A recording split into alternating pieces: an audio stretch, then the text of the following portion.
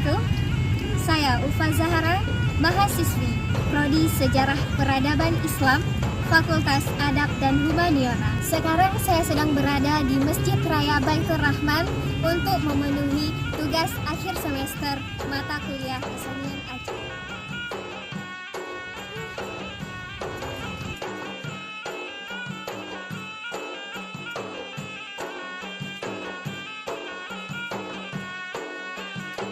Masjid Raya Baitur Rahman berdiri megah di tanah Serambi Mekah, Banda Aceh.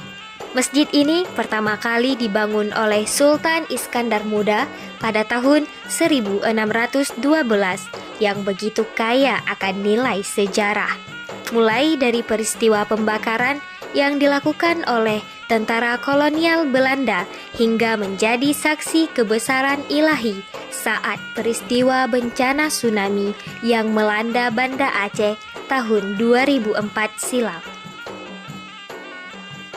Masjid Raya Baitur Rahman Aceh memiliki kemiripan dengan Taj Mahal.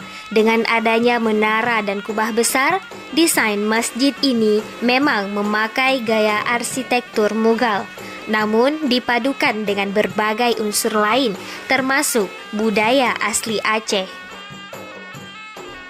Keunikan Masjid Raya Baitur Rahman ini salah satunya ada pada bagian pintunya. Pintu-pintu di sana identik berupa 3 pintu besar yang berkesan gigantis.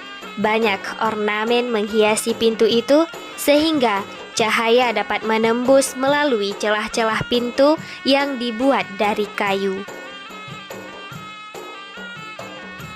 Masjid Raya Baitur Rahman ini menjadi simbol agama, budaya, jiwa, ketangguhan, dan perjuangan masyarakat Aceh.